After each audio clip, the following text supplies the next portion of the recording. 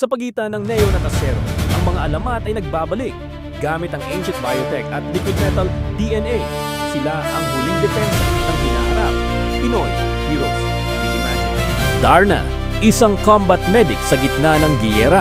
Ang puting bato ay isang ancient biotech na nagbibigay sa kanya ng exoskeleton-style tactical armor. Captain Barbell isang fitness influencer at social activist. Ang barbell ay isang gravity manipulation device mula sa isang advanced civilization.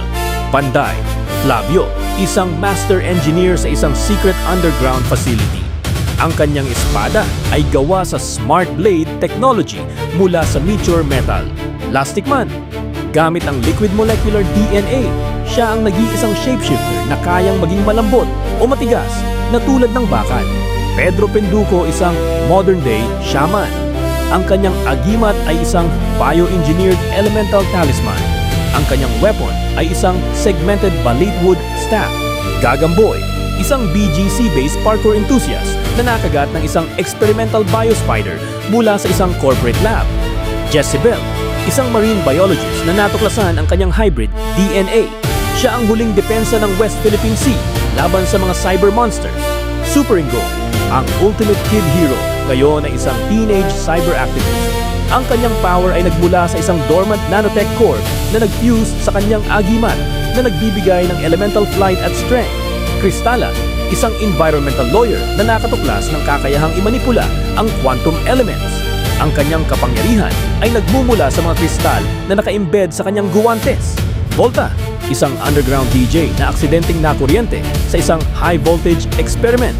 Kaya niyang mag-travel sa pamamagitan ng electrical wires at mag-shoot ng lightning bolts. Flash Bomba, isang disabled athlete na biniyayaan ng biokinetic prosthetics na nagbibigay sa kanya ng superhuman speed at lakas na kayang mag-generate ng shockwaves. Combatron, isang pilot ng huling Cyber Guardian, mecha suit na disenyo para sa orbital defense ng bansa. Ipo-Ipo, ang unang aerokinetic hero ng bansa, isang pilot na may kontrol sa hangin, gumagamit ng modernong windtech suite para makalikha ng mga buhawi laban sa polusyon at krimen, alias Paniki, isang rogue ex-agent na gumagamit ng Batwing stealth glider at sonic wave sensors para hanapin ang mga sindikato sa gabi. Bulawing, sa pagitan ng ulap at asero, ang mga anino ng Abya ay muling nagmamasid gamit ang quantum feather technology.